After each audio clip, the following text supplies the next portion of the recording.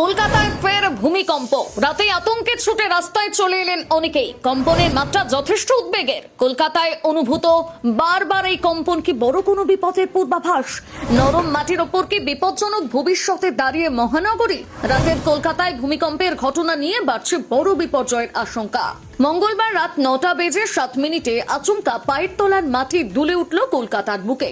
বহুতলের flat থেকে শুরু করে গলি তস্য গলির পুরনো বাড়ির বাসিন্দারা আতঙ্কিত হয়ে পড়ে বেরিয়ে এলেন, কারণ এই আতঙ্কের নাম ভূমিকম্প।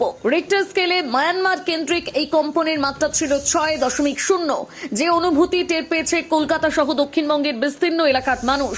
তবে এখনো পর্যন্ত ক্ষয়ক্ষতির খবর নেই, প্রাণহানির খবরও মেলেনি। তবে ঘন ঘন শহর কলকাতার মাটি কেঁপে ওঠায় অশনির সংকেত দেখছেন অনেকেই, কারণ সাম্প্রতিক কালে এই নিয়ে পরপর কেঁপে উঠল কলকাতা শহরের মাটি।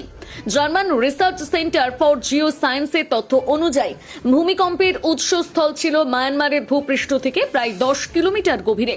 সেই কম্পন মায়ানমার ও বাংলাদেশ ছাড়িয়ে কলকাতায় পৌঁছতে ফিরে এলো 21শে নভেম্বরের স্মৃতি। এর আগে গত 21শে নভেম্বরও ভূমিকম্পে কেঁপে ওঠে কলকাতা। সেবার কম্পনের তীব্রতা ছিল 5.7। কম্পনের উৎসস্থল ছিল বাংলাদেশের নরসিংদী। কোনো বড়সড় ক্ষয়ক্ষতির খবর না থাকলেও এই বারবার ফিরে আসা কম্পন এখন কলকাতার জন্য এক অশনির সংকেত হয়ে দাঁড়িয়েছে। ভূবিজ্ঞানীদের মতে কলকাতা শহরটি দাঁড়িয়ে আছে মূলত কয়েকশো ফুট পুরু নরম পলি ও কাদামাটির ওপর। এই ভূপ্রাকৃতিক গঠনই কলকাতার জন্য সবথেকে বড় ভয়ের কারণ।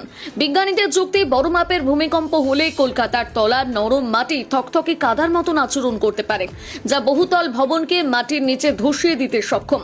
তাছাড়া পূর্ব কলকাতার বিশাল জলাভূমি বুঝিয়ে যেভাবে বিরাট বিরাট অট্টালিকা তৈরি হচ্ছে, তা বিপদের ঝুঁকিকে কয়েক গুণ বাড়িয়ে দিয়েছে। কারণ জলা জমিতে তৈরি বাড়িগুলোর ভিত তুলনামূলকভাবে দুর্বল হয়, যা তীব্র কম্পন সইতে অক্ষম।